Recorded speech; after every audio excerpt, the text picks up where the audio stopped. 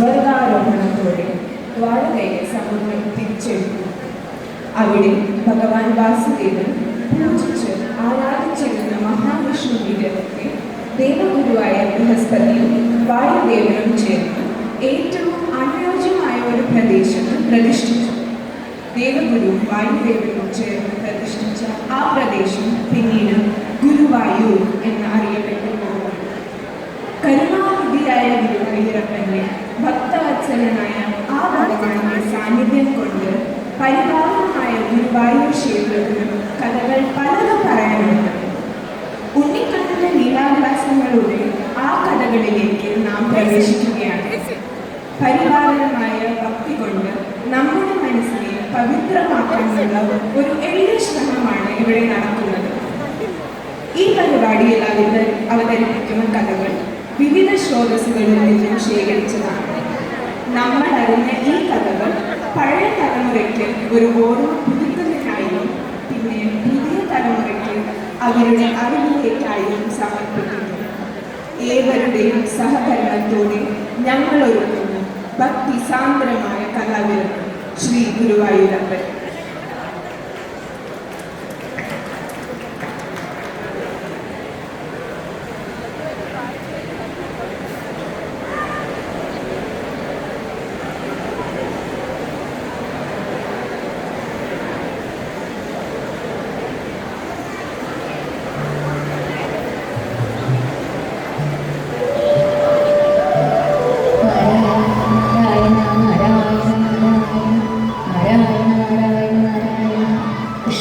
ഗുരുവായൂരപ്പ, നീ എൻ്റെ മോളെ ഞങ്ങൾക്ക് തിരിച്ചു തന്നു.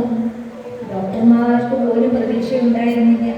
ഞങ്ങളെല്ലാവരും കൂടി ഇന്ന് തന്നെ ഗുരുവായൂർ വന്ന് നിന്നെ കാണാൻ വരുന്നുണ്ട് കേട്ടോ.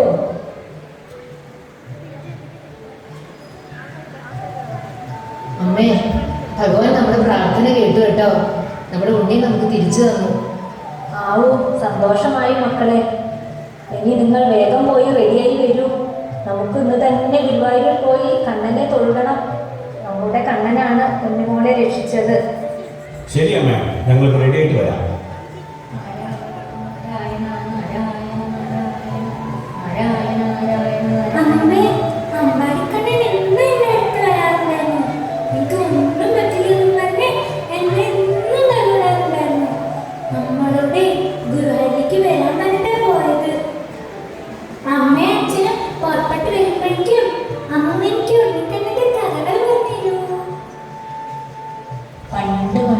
താത്തക്കുട്ടി എന്ന പേരുള്ള ഒരു സ്ത്രീയെ ഒരു നമ്പൂതിരി വേളി കഴിച്ചു.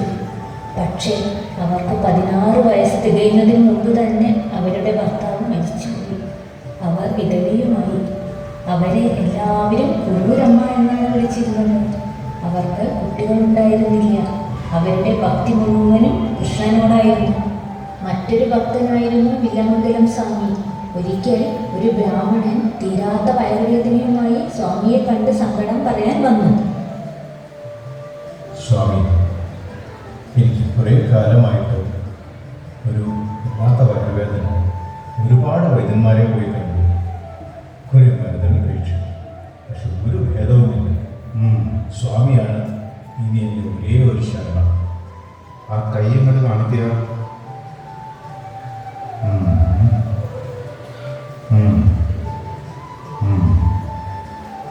ഭക്ത, ഈ അസുഖം നിന്റെ ഈ ജന്മത്തിൽ മാറുകയുള്ളൂ.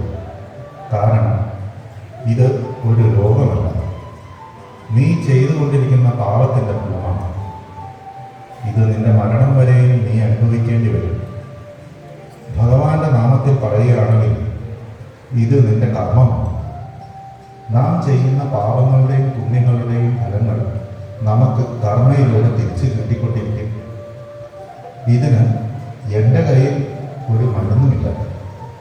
ഒരു പക്ഷേ കുറൂരമ്മയ്ക്ക് നിന്നെ രക്ഷിക്കാനായത്. ഒന്ന് പോയി കണ്ടു നോക്കൂ. നാരായണ നാരായണ നാരായണ നാരായണ നാരായണ നാരായണ നാരായണ. എനിക്ക് കുറേ വർഷങ്ങളായി ഒരു വല്ലാത്ത വയറുവേദന. ഒരുപാട് വൈദ്യന്മാരെ കണ്ടു, ഒരുപാട് മരുന്നുകൾ കഴിച്ചിട്ടുണ്ട്. ഇന്ന് വില്വമംഗലം സ്വാമിയെ കണ്ടു. അദ്ദേഹം പറഞ്ഞു, ഇത് ഞാൻ മുമ്പ് ചെയ്ത ദുഷ്കർമ്മ ഫലത്തിൻ്റെ പരിണിത ഫലമാണ്. ഇതൊരിക്കലും മാറില്ല എന്നും അദ്ദേഹം പറഞ്ഞു. എന്നെ അമ്മയൊന്ന് സഹായിക്കണം.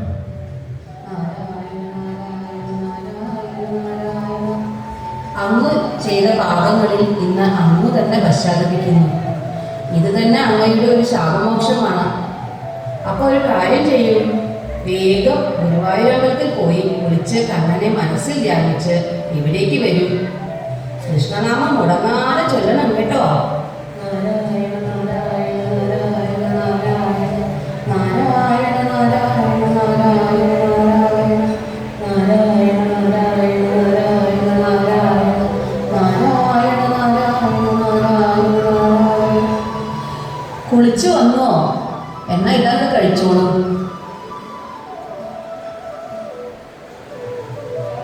അമ്മേ, എനിക്കെല്ലാം ഭേദമായി. എൻ്റെ വയറുവേദന എല്ലാം മാറി. കണ്ണ, ഞാൻ ഇനി നിന്നെ സേവിച്ചു ഗുരുവായൂർ കഴിഞ്ഞുകൊള്ളാം. കണ്ണ, ഇതാ ഞാൻ നിന്റെ അടുത്തേക്ക് വരുന്നു. നിന്റെ നാമം ഒരുവിട്ട് ശിഷ്ടകാലം നിന്റെ കൂടെ ഞാനും ഉണ്ടാകും. ഇനി അമ്മേ, ഉറൂരമ്മ കണ്ണനെ ശരിക്കും കണ്ടിട്ടുണ്ടോ? കണ്ടിട്ടുണ്ടോന്നോ? അമ്മൂമ്മയുടെ കൂടെയല്ലേ ആരും കാണാതെ കണ്ണൻ താമസിച്ചിരുന്നത്. ഒരിക്കൽ കുറൂരമ്മ വില്ലമംഗലത്തെ വിളിച്ച് ഒരു പൂജയും അന്നദാനവും നടത്താൻ തീരുമാനിച്ചു. പക്ഷേ ആ നാട്ടിൽ ഒരു ചെമ്മങ്ങാട്ടമ്മ ഉണ്ടായിരുന്നു. കുറൂരമ്മയുടെ കൃഷ്ണഭക്തിയിൽ ചെമ്മങ്ങാട്ടമ്മയ്ക്ക് കുറൂരമ്മയോട് അസൂയായിരുന്നു. കുറൂരമ്മ വില്ലമംഗലത്തെ വീട്ടിലേക്ക് ക്ഷണിച്ചു.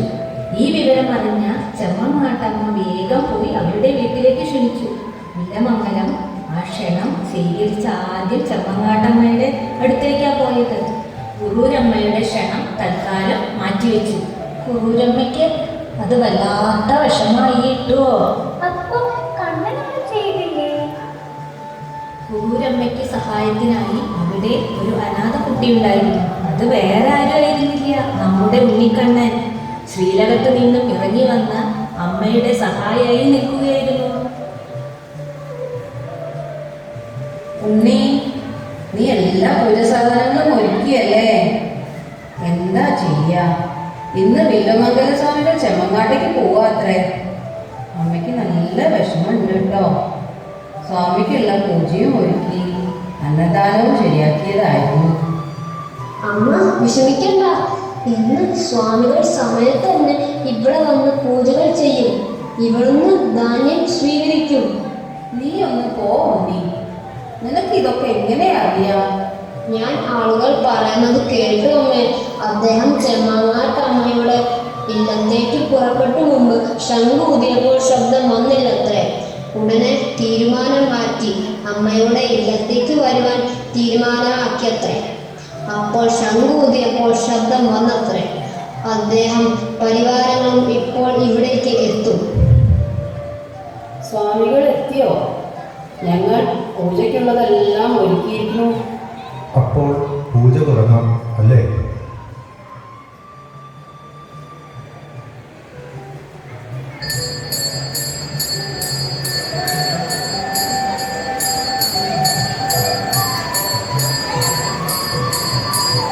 പൂക്കൾ വിഗ്രഹത്തിൽ വീഴുന്നതിന് പകരം കുട്ടിയുടെ കാൽക്കൽ വീഴുന്നത് കണ്ടില്ലേ? മാറി നിൽക്കൂ.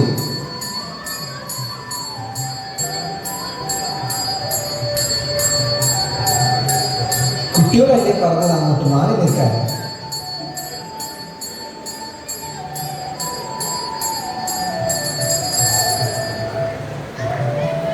എൻ്റെ കൃഷ്ണ, എനിക്കെല്ലാം മനസ്സിലായി കേട്ടോ. നിന്റെ മായകളെല്ലാം എനിക്ക് മനസ്സിലാവുന്നുണ്ട്.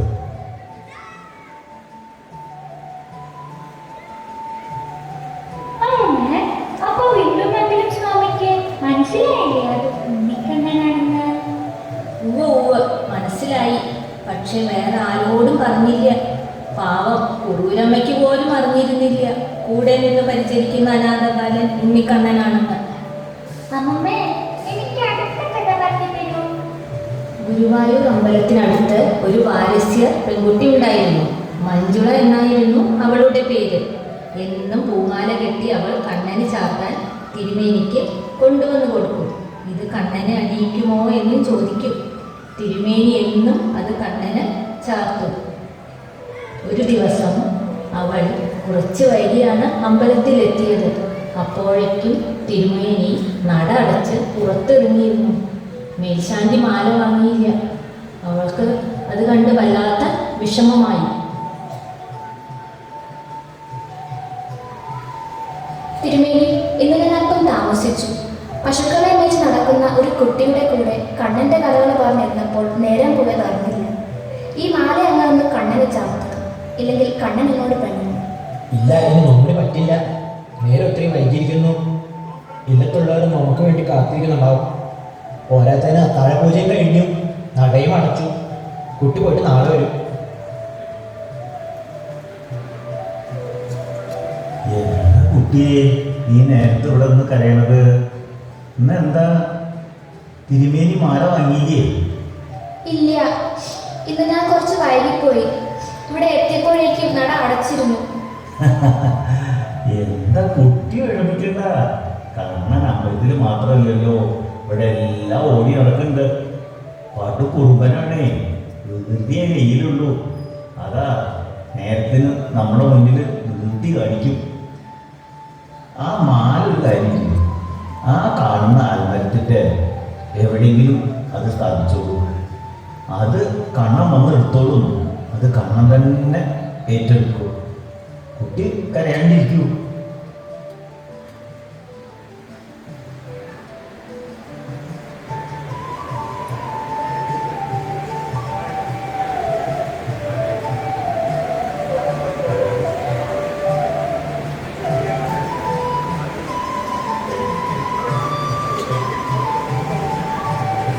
എന്റെ കണ്ണ, ഇതെന്തൊരു പരീക്ഷണം! മാലയെടുത്ത് മാറ്റുവാൻ സാധിക്കുന്നില്ലല്ലോ. ഇന്നലെ എനിക്ക് വേണ്ടി എൻ്റെ പ്രിയ ഭക്ത കൊണ്ടുവന്ന മാലയാണിത്. എൻ്റെ ഭക്തരുടെ സന്തോഷമാണ് എൻ്റെയും സന്തോഷം. അതിനാൽ ഞാൻ തന്നെയാണ് ആ മാല എൻ്റെ ശരീരത്തിൽ അണിഞ്ഞത്. എന്നെ ആശ്രയിച്ചു വരുന്ന ഒരു ഭക്തരെയും ഞാൻ ഒരിക്കലും കൈവിടില്ല.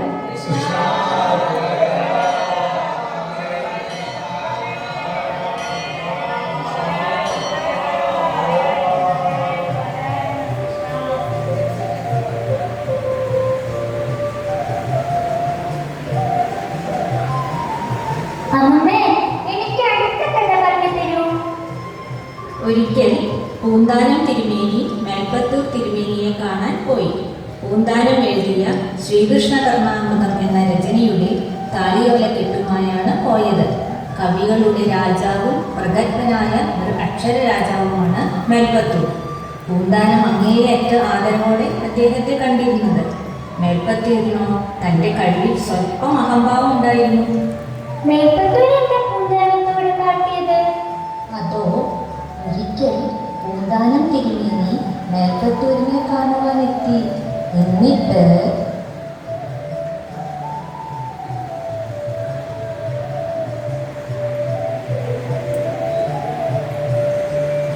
അല്ല, ആരാത്?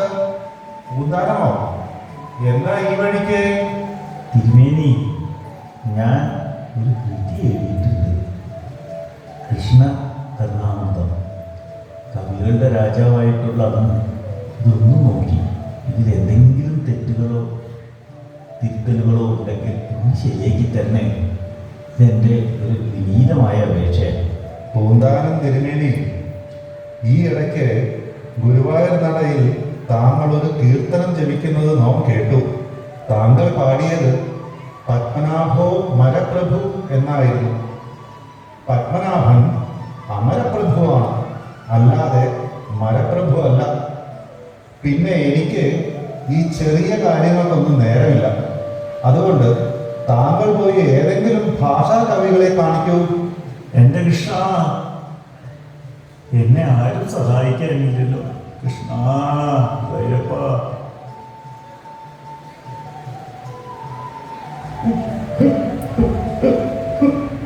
കൃഷ്ണ, കൃഷ്ണ, എനിക്കെന്ത് പറ്റിയെന്ന് അറിയില്ല. എന്നെ സഹായിക്കണേ കൃഷ്ണ, കൃഷ്ണ. കണ്ണൻ അറിയാതെ